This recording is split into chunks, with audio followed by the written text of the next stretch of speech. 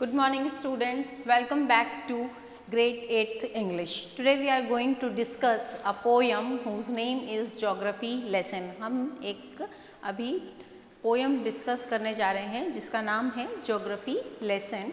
ये जो पोएम है उनको इस पोएम को कंपोज्ड किया है जुल्फिकर घोष ने, है ना. इस पोएम में एक्चुअली इसका नाम ज्योग्राफी इसलिए है कि आपको वर्ड अवेयर होंगे. ज्योग्राफी आपका एक सब्जेक्ट भी है ज्योग्राफी जैसे.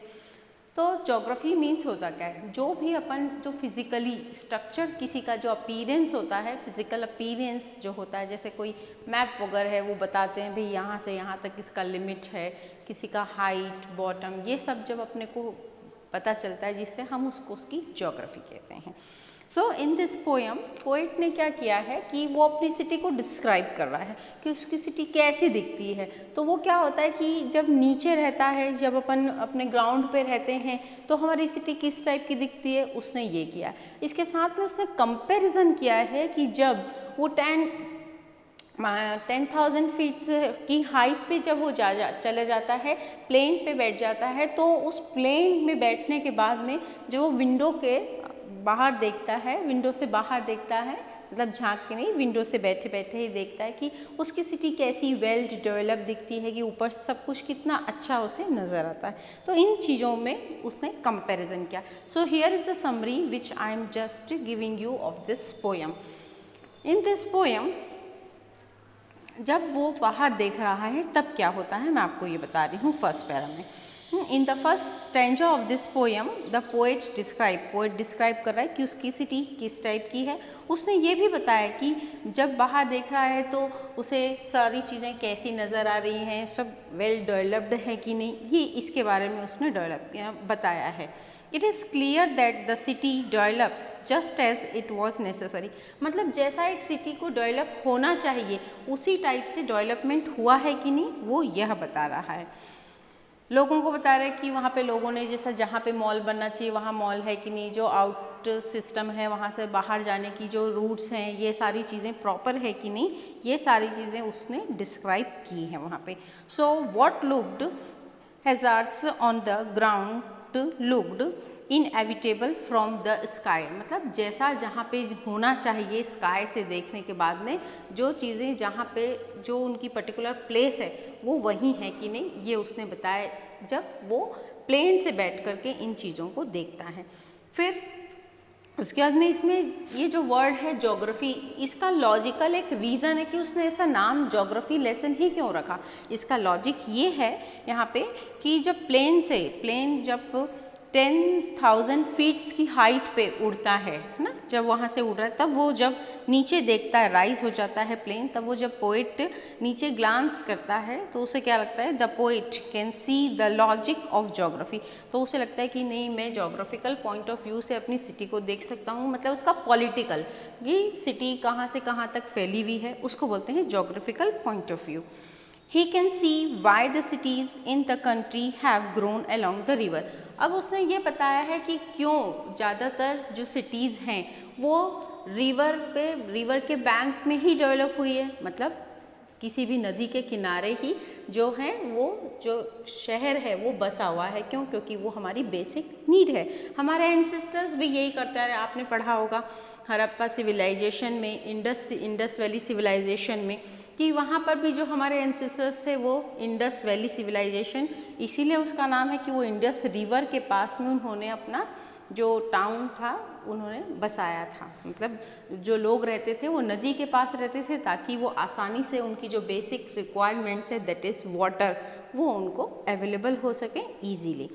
तो पोइट ने भी सेम यहाँ पर इस लेसन में यही बताया है कि क्यों ज़्यादातर जो सिटीज़ होती हैं वो रिवर की बैंक के पास में डेवलप होती हैं.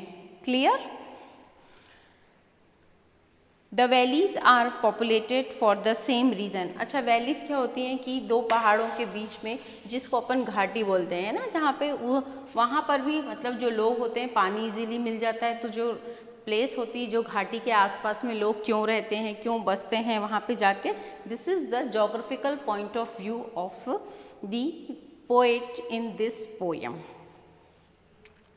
और ज़्यादातर लोगों को ऐसा लगता है कि पोएट के इमेजिनेशन के अकॉर्डिंग कि जो वैलीज होती हैं, मतलब जो नेचर ब्यूटी है, जो सीनिक ब्यूटी है हमारे अर्थ पे, वो लोगों को आकर्षित करती है, मतलब वो लोगों को अपनी ओर अट्रैक्ट करती है कि कितना खूबसूरत दिख रहा है। और अगर इस जगह पे पानी भी है, मतलब बड़ी बड़ी वैलीज भी हैं और अच्छा खासा पेवमेंट रास्ता बना हुआ है, तो इस जगह पे अगर हम अपना घर बनाएंगे तो वो कुछ ज़्यादा अच्छा होगा, इसलिए वहाँ पे लोग जा कर के बसते हैं।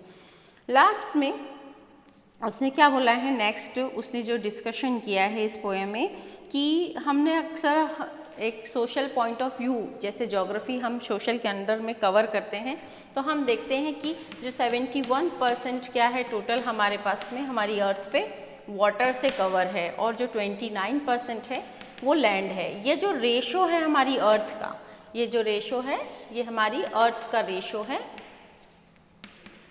कि 71% जो है वो वाटर से, मतलब जो सी है, maybe water bodies we can say, sea, Wales, tube wells और जितने भी अपन वाटर बॉडीज़ देखते हैं, रिवर्स हैं, स्ट्रीम्स हैं, वाटरफॉल्स हैं, ये सब में कवर हो जाता है ये 71%।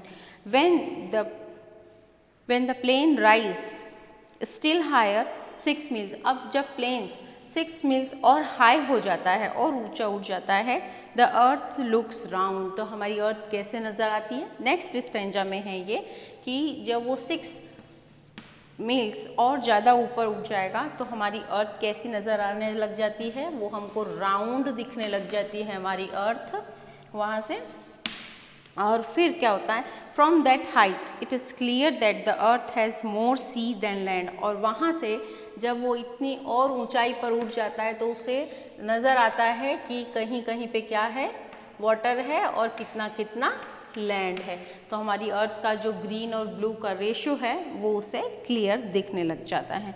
However one question remains unanswered, यहाँ पर एक क्वेश्चन अराइज होता है जिसका आंसर उसे नहीं मिला हुआ है।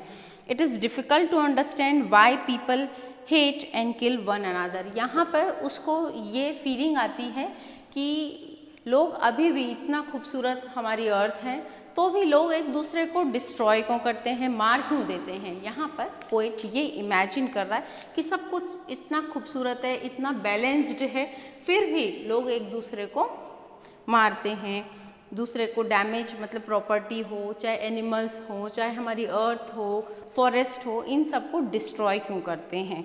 अब इसमें जो लास्ट में एक मिस्ट्री है, मिस्ट्री मतलब एक रहस्य है, वो क्या है इसमें, Thus it is easy to understand the logic of the geography।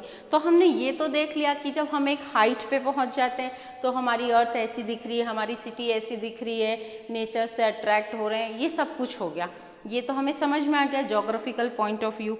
अब इसमें क्या बताया है, how it is, however it is very difficult to understand why humans hate one another, कि लोग एक दूसरे से, जो ह्यूमन बींग्स हैं स्पेशली, उनके पास में फीलिंग्स होती हैं कि वो अपने आप को एक्सप्रेस करके बता सकते हैं, तो उस फीलिंग में ज़्यादा जो हेट्रेड है वो ज़्यादा क्यों है, ये जो क्वेश्चन है ये क्वेश्चन मार्क है, Y people hate each others, ज़्यादा लोग एक दूसरे से नफरत, ज्वेलसी क्यों रखते हैं, ये एक क्वेश्चन है जो कि अनआंसर्ड है इस पोएम में। Hate one another this remains a mystery, और यही एक मिस्ट्री है जो पोएट को जो क्लियर नहीं हो पा रही है, वो इस बात को क्लियर नहीं कर रहा है कि सब कुछ इतना खूबसूरत होते हुए भी, प्लीजेंट होते हुए भी हम इस प्रॉब्लम को सॉल्व क्यों नहीं कर पाते हैं। ये एक पर्सनल प्रॉब्लम है, हर पर्सन की अपनी खुद की प्रॉब्लम है। यहाँ पर ये टोटल मैंने आपको भी समराइज़ कर दिया है कि इस पोएम में और क्या। यदि आपको और कुछ डाउट हो तो you can just comment me in the comment session. Thank you.